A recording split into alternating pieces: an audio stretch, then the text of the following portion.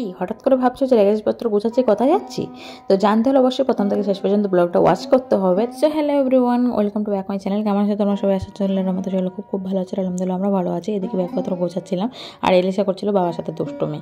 তো ওর বাবা ক্যাডবেরি মানে এনে লুকিয়ে রেখেছে, যার কারণে ওরকম করছিল। আর এটা এলিসা ওর ইয়েতে মেশো থেকে অর্ডার করেছিল, তো অনেক কিছুই অর্ডার করতে শিখে গেছে এখন। আর এটা একটু আগে দিয়ে গেলো, তাই ভাবলাম তোমাদের সাথে একবার দেখিয়ে দিই। এটা কিন্তু ভীষণ কাজের জিনিস, জানো তো, বাচ্চাদের লেখা শেখানোর জন্য। আর এদিকে যা যা জিনিসপত্র ছিল সব বার করে বিছানা মানে ঢেলে দিচ্ছি, কারণ কি এগুলো সব লাগেজে ভরতে হবে। আর কোথায় যাচ্ছি, কী করছি না করছি পুরোটা জানতে হলে অবশ্যই ব্লগটা প্রথম থেকে শেষ পর্যন্ত সবাই দেখো, কেউ স্কিপ করো না। আর আজকে এই বাড়িতে আমার লাস্ট ব্লগ এটা। তো একা হাতে সমস্ত কাজকর্ম করতে গিয়ে ভীষণই হিমশিম খাচ্ছিলাম, যার কারণে পুরোটাই মানে গুছিয়ে ব্লগ করতে পারিনি। তো যতটুকু পেরেছি করেছি। তো চলো তোমরা দেখতে থাকো। আর কী হয়েছে বলো তো, আমাদের এই বাড়িতে যেহেতু একটাই বেডরুম, বেশি মানে খুব একটা জায়গা নেই, আর কিচেন। তো তোমরা দেখতেই পেয়েছো কিচেনটা কিন্তু অনেক বড়, তবুও ওখানে তো কিচেনে মানে রান্নাবান্না করলে তো আর থাকার অবস্থা নেই ওখানে। তো যার কারণে খুব প্রবলেম হয়ে যাচ্ছিলো। এতদিন আমি একাই ছিলাম, তো এলিসা বাবা ছিল, খুব একটা সমস্যা হচ্ছিল না। যখন থেকে এলিসা হয়েছে, এলিসা এখন ধীরে ধীরে বড় হচ্ছে, তো ওর স্কুল লেখাপড়া সব মিলিয়ে আমার মনে হয় যে আর একটা রুম হলে খুব ভালো হতো। তো এখানে সেই মানে এটা ছিল না আমাদের। আর আমি চাইছিলাম এলিসাকে নিয়ে একটুখানি আর ভালো কোথাও মানে যেতে, তো একটা ভালো পরিবেশ মানে দিতে চেয়েছিলাম ওকে। তো যার কারণে অনেক দিন ধরেই মানে চেষ্টায় ছিলাম একটা ফ্ল্যাটের। তো অবশেষে সেই স্বপ্ন পূরণ হলো। তো ওর সাথে আবার খারাপও লাগছে খুব, কারণ এখানেই এলিসার জন্ম হওয়া, মানে বেড়ে ওঠা সবটাই এখানে।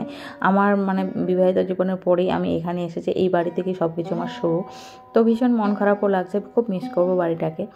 তো যার কারণে নতুন বাড়িতে যাওয়ার জন্য সমস্ত কিছু মানে রেডি করতে হচ্ছে, গোছাতে হচ্ছে। তো অর্ধেক জিনিস গোছানো হয়ে গেছে। আর এলিসা এদিকে দেখো লেখা করতে শুরু করে দিয়েছে। ওকে বললাম আমি একটুখানি পরে দেখে দেবো, তারা কাজটা শেষ করেনি। তো বলছে আমি একাই পারবো, তো একা একাই করছে। আর ভীষণই ভালো লাগলো এই মানে ওর এটা দেখে। তো চলো আমি বাকি কাজকর্মগুলো এখন গোছাতে থাকি। আর এদিকে মানে এই যে শাড়িগুলো বার করলাম, শাড়িগুলো দেখে ভীষণ মানে একটা স্মৃতির কথা মনে পড়ে গেল, আমার বিয়ের স্মৃতি। তো ওগুলো হচ্ছে বেনারসি শাড়ি। আর এদিকে দেখো অনেক কার্টুন কিন্তু ভরে নিয়েছে। আর এই চুড়িগুলো না অনেক দিন আগের কাঁচের চুড়িগুলো কিনেছিলাম এক ঈদে, তো খুব একটা পরা হয়নি, একবারই পরে মানে খুলে রেখে দিয়েছিলাম। তো ভীষণই মানে পছন্দের চুড়ি, তবে পরে কাজকর্ম করতে পারি না বলে ভেঙে যাওয়ার ভয়ে খুলে রেখে দিয়েছি, আর পরিনি। তো এগুলো সব মানে প্যাকেজিং করা হয়ে গেছে। আর এখানে যে কাপড়ের যে ওয়ার্ডরোবটা ছিল অনলাইন থেকে যেটা করেছিলাম, তো ওটা খুলে ফেলে দিয়েছি, কারণ কি ওটা আমার কোনো কাজে আর লাগবে না। আর এদিকে দেখলাম কতগুলো কার্টুন, আমি তো ভাবতেই পারিনি যে এত কাজ আমি একা হাতে করতে পারবো, তবু অনেক কষ্ট করে করলাম।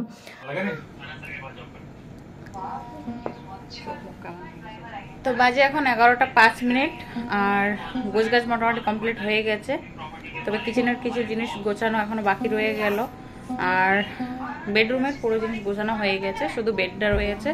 এসিটাও এখন খোলা হয়নি, তো ওগুলো সকালে মিস্ত্রি আসবে, এসি মিস্ত্রি, তো সকালে এসে ওটা খুলবে। খাটটাটগুলো এসে বাবাই খুলে নেবে। আর মোটামুটি 10টার দিকে গাড়ি আসবে, তারপর বেরোতে বেরোতে প্রায় 11টা বেজে যাবে।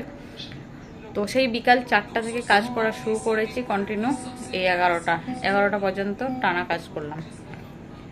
তারপরও সব কিছু গোছানো হয়নি। আর এলিসার মানে বিকাল থেকে ওকে খাবার দিতে পারিনি, তো চেহারাটা কেমন চোখগুলো বসে বসে গেছে। আজকে একটুকু আদর খেতে পারেনি এলিসা, তাই তো? চোখটা কেন এরকম করছো কেন? তো অনেক রাত হয়ে গেছে, এখন শুয়ে পড়বো। আর একদম শরীর টানছে না, সকাল সকাল উঠতে হবে। আর অনেক কাজ আছে, কিচেনের অনেক কাজ বাকি রয়ে গেছে, সেগুলো করতে হবে। ওগুলো করতে করতে প্রায় আমার 2-3 ঘন্টা লেগেই যাবে। তো সকালবেলা 6:30টার দিকে ঘুম থেকে উঠেছি, কালকে ব্লগটা এন্ড করে নিই, কারণ কি অনেক ছোটো হয়ে গেছিল ব্লগটা। তো ভাবলাম পুরো মানে গোছ গাছ থেকে শুরু করে এখান থেকে বেরিয়ে যাওয়া পর্যন্ত একটাই ব্লগ করে দিই। আর এদিকে মানে এই জিনিসগুলো বইপত্র এখানে মাসকবাড়ি বাজারগুলো ছিল, এগুলো গোছানো হয়নি, তো এগুলো এখন কার্টুনে ভরে নেব। আর এলিসাকে বললাম তখন ভিডিও করে দাও। তো বলছে আমার খুব মানে ক্লান্ত লাগছে, ওরও পরিশ্রম হচ্ছে, জানো তো। আমি তো বাড়ির ভিতরে গোছগাছ করছি, বাইরের সব কিছু ওকেই সামলাতে হচ্ছে। আর এলিসা হচ্ছে সব থেকে মানে বেশি বিরক্ত, কারণ ওকে আমি সময় দিতে পারছি না, না ওর বাবা সময় দিতে পারছে না, ও ঠিক করে মানে বাড়িতে খেলাধুলো করতে পারছে। চারদিকে কার্টুন ভরে মানে একাকার অবস্থা হয়ে গেছে। আর সত্যি কথা বলতে আমার এত শরীরে ব্যথা হচ্ছিলো এইসব কাজকর্ম একা করতে গিয়ে, ভীষণ কষ্ট হচ্ছিলো গাইস। তো মানে ফার্স্ট টাইম এবারে যে বাড়ি শিফটিংয়ের কাজটা ফার্স্ট টাইম, এর আগে তো কখনো একা হাতে এত কাজ করিনি, তাই বুঝতে পারিনি যে বাড়ি শিফটিং করতে গেলে এত কষ্ট হয়। তো এলিসা বাবাকে বলছি আর আমার দ্বারা সম্ভব হচ্ছে না, বলছে একটু কষ্ট করে নাও, কারণ বের হতে হবে তাড়াতাড়ি। আর এদিকে আমি দুটো অ্যালোভেরা গাছ উঠিয়ে নিয়েছি এখান থেকে, অনেকগুলো গাছ হয়েছিল তো অতগুলো তো আর নিয়ে যাওয়া সম্ভব না, তাই দুটো মানে তুলে নিয়ে এলাম। আর এখানে খাটটা খুলে নিয়েছে, যা জিনিসপত্র ছিল বাইরে বার করে দিলাম। এখন হচ্ছে সময় 12:10, আর এলিসা বাবা এসিটা নিয়ে গেছে ফ্ল্যাটে, ওখানে টোটো করে নিয়ে গেল, ওখানে লাগানো হচ্ছে ওটা। আর এদিকে মালপত্র সব গুছিয়ে নিয়েছি, কিন্তু এখনও গাড়িটা আসছে না। গাড়িটাকে টাইম দেওয়া ছিল 10টার সময়, এখনও আসছে না, জানি না কেন। তো বারবার করে ফোন করছি, ফোন সুইচ অফ করে রেখেছে। ওটা না হলে এখন অন্য গাড়ি মানে বুক করে তারপর যেতে হবে। আর আমি এখনও মানে ফ্রেশ হয়নি, এখন এলিসাকে চান করাবো, আমি চান করবো। রান্নাবাড়ি তো আজকে কিছু হবে না। এলিসা বাবাকে ফোন করে বললাম যে হোটেল থেকে খাবার নিয়ে আসতে, কারণ প্রচণ্ড খিদা পেয়ে গেছে। কালকে রাত্রিবেলাও সেরকম খাওয়া দাওয়া করতে পারিনি, কারণ কাজকর্ম করতে করতে না এত ক্লান্ত লেগেছিলো, সেরকম পেট ভরে খেতে পারিনি। আর সকাল থেকে উঠে এই কাজ করতে করতে টাইম চলে গেল। শুধু এলিসাকে চা করে দিয়েছিলাম, এলিসাকে ম্যাগি করে খাইয়েছে, ওর বাবা তাও একটুখানি মুড়ি খেয়েছে, আমার তাও খাওয়া হয়নি। তো বিশেষ করে না, এতটা কষ্ট জীবনে আমি মানে কোনোদিন ভোগ করিনি, আর বুঝতে পারিনি যে এত কষ্ট বাড়ি শিফটিং করতে গেলে। এই ফার্স্ট টাইম আমার জন্য, তো ভাষা প্রকাশ করতে পারছি না, এতটা কষ্ট হচ্ছে। আর ফ্যান ট্যান সব খুলে নিয়েছি, এতটা গরম লাগছে না, গরমের জন্য আরও বেশি কষ্ট হচ্ছে জানো তো। আর জানি না, আমার তো বেরোতে বেরোতে হয়তো বিকাল হয়ে যাবে, যা অবস্থা দেখছি। এখন আমি চান করবো, এলিসাকে চান টান করে হোটেল থেকে খাওয়া নিয়ে যাবে, খাওয়া দিয়ে তারপরে গাড়ি আসলে তারপরে বেরোবো। গাড়িতে মালপত্র তুলে দিব, আমি টোটো করে চলে যাব। আর ব্লগটা যে করবো না, একদম সময় পাচ্ছি না, তাড়াহুড়ো করে জিনিসগুলো গোছাতে হচ্ছে। আর বাচ্চা নিয়ে কাজ করা মানে বিশাল টাফ। আর এলিসা বাবা তো মানে গা ছাড়া, এদিকে ওদিক মানে ও কোনো কাজের মধ্যে নেই, এত কাজকে ভয় পায় কি বলবো। আর কালকে বললাম যে তুমি একটুখানি বাড়ি থাকো, বলছে ফোনটা খারাপ হয়ে গেছে, ফোন সারাতে গেছে, বলছে নতুন ফোন কিনতে যাচ্ছি। এবার নতুন ফোন কিনতে গিয়ে 1 ঘন্টার জায়গায় 5 ঘন্টা কাটিয়ে আসলো।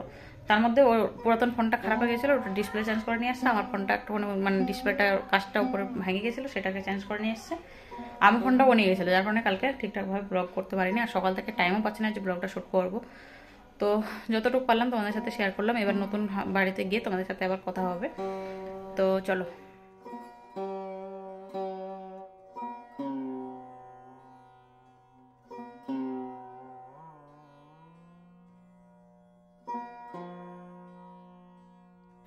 তো বাজে এখন 2টা, আর মালপত্রগুলো ফ্ল্যাটের ভিতরে ঢুকিয়ে দিয়ে এলিসা বাবা বিরিয়ানি নিয়ে এসছে, দেখো।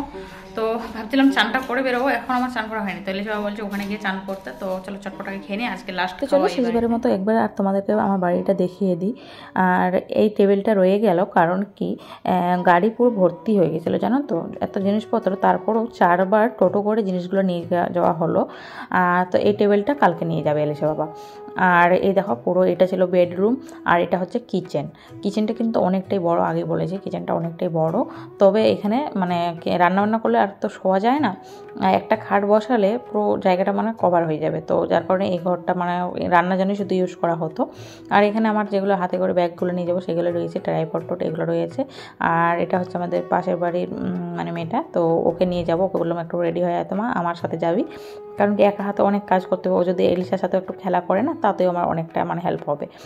আর এই হচ্ছে আমার মানে বারান্দাটা। আর এইগুলো জিনিস শুধু বাকি রয়ে গেছে, এইগুলো এখন আমার সাথে যাবে টোটো করে। এদিকে আমি রেডি হয়ে গেছি, এত কষ্ট হচ্ছিলো যে কথা বলতে মানে ভালো লাগছিলো, তো ভাবলাম চলো একটা মানে শেষবারের মতো তোমাদেরকে টাটা বাই বাই করে দিই। আর এবারে পুরো নতুন বাড়িতে গিয়ে তোমাদের সাথে কথা হবে, নতুন নতুন ব্লগ আসবে, সবাই আশা করি পাশে থাকবে।